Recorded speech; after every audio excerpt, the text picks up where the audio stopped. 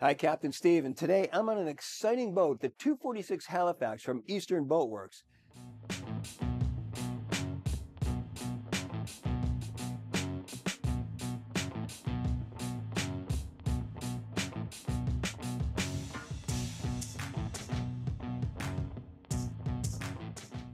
The Rosborough 246 is actually 4 different models: the custom wheelhouse, the Digby, the Yarmouth, and this Halifax that we'll be reviewing today. Each is built on the same platform but differing slightly in the interior layout. The Halifax opens up the interior with a wide center walkthrough, allowing ease of movement throughout, and additional seating at the aft deck creates another social zone. This ideal cruising couple's boat is another of Eastern Boatworks' lineup of easy to maintain, easy to operate, and efficient to operate models. She has a length overall of 25 feet, a beam of 8 feet 6 inches, and a draft of only 18 inches. With a dry weight of 6,500 pounds, she's easily trailerable, putting her solidly into the pocket cruiser class. A lot to like about this boat, so let's do a full features inspection. We'll start right here in the cockpit. As our first gathering area, a lot going on here. First, we've got 3 seats surrounding the cockpit. Headroom in this area is a reasonable 6 feet 7 inches. That leaves us also 4 feet 9 inches between the 2 seats. So plenty of room to sit, relax, and socialize. There's storage, of course, underneath the seats. And notice that we've also got snap-in carpeting on the deck. We can have that removed and make it more of a utility style boat. And as I speak of utility, that's one of the things that I love about Eastern Boatworks, is the utility involved in here. There's a limited amount of high-end features, like sure, there's teak here, teak doors, but this is just fiberglass. It's fiberglass deck. You can get the boat dirty and then just hose it all down. That's the appeal of this boat, and that's why they've got such a cult following. The seats measure in at between 42 inches and 44 inches, so they're all double wide. As I said, there's storage underneath. Now this aft seat, I can pull this forward, and look at this. Not only do we have access to the mechanical components, such as the water separator, the fuel filter, engine coolant, but we've also got, look at this, a 3.5 kW generator and easy access to the bilge underneath. Built-in safety factor of 24 inches to the cockpit depth, cap rails measure in at 8 inches, and we've got 10-inch cleats. Head into the port side, stainless steel single basin sink with fresh and hot water, and it even includes a pull-out sprayer. We access the interior through a doorway that's 24 inches wide, and notice that this door is made out of teak. Nice tinted window in the center of it. It's held open by a latch, and you know, it's a little hard to get to. Push that down, but there it is right there. I think this would be better served with a magnetic latch. Plenty of room inside this cabin and a lot of functionality as well for a cruising couple. Over on the port hand side, there's a bench seat. Measures in at 69 inches, so plenty of comfort going on there. Take a look at this teak table.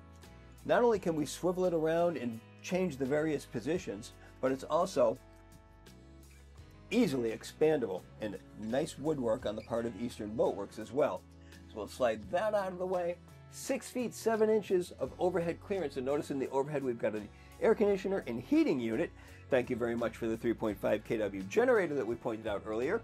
Over to the starboard side, Kenyon 2-burner electric grill, single basin stainless steel sink, refrigeration underneath, and plenty of storage.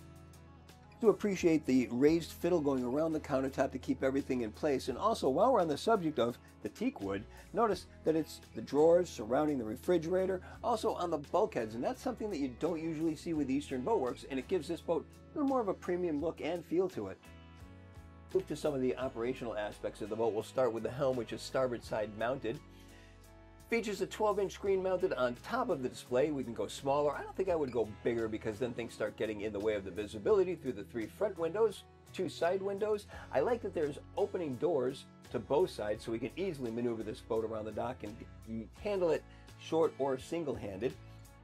Engine control over on the right-hand side. We've got a fuel gauge and then a Honda engine display. Compass, trim tabs, windlass control. Like that there's a bow thruster control. Even for a boat this size, it makes it so much easier to handle around the dock.